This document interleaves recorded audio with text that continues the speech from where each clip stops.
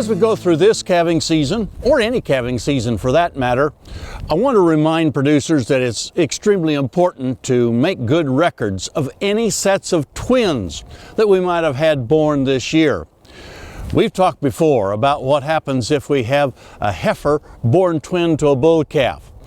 Because of the intermixing of the placental fluids.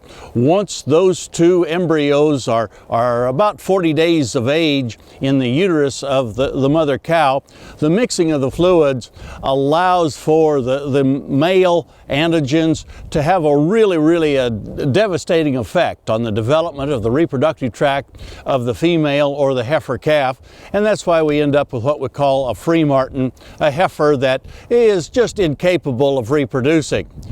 It's very important that we keep track of that so that next fall at weaning time we make sure that any heifer that was born twin to a bull is gone ahead and shipped, and we don't save them as potential replacements. That also brings to mind then the concept of, if we have a set of heifers, perhaps some that we've purchased, that we're going to try to raise as replacements, we want to really do our due diligence after the first breeding season of having those heifers pregnancy checked and cull any open heifers. That's the easiest time that they have in their entire life to become pregnant. And if they don't do it at that particular time, chances are they'll be a problem child from then on. Research up in Montana a number of years ago kept track of replacement heifers that didn't get bred in their first breeding season, but they left them in the herd. And after about 4 years, they're averaging only a 55% calf crop. Therefore, they're just a bad bet, and we want to make sure that we go ahead and cull them.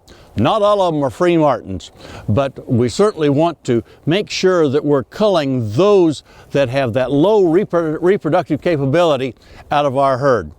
I think if you'll keep these concepts in mind as you go through this calving season and go through the breeding season with some replacement heifers this year, you'll end up with a more sound cow herd that's more reproductively capable of having a high percentage calf crop.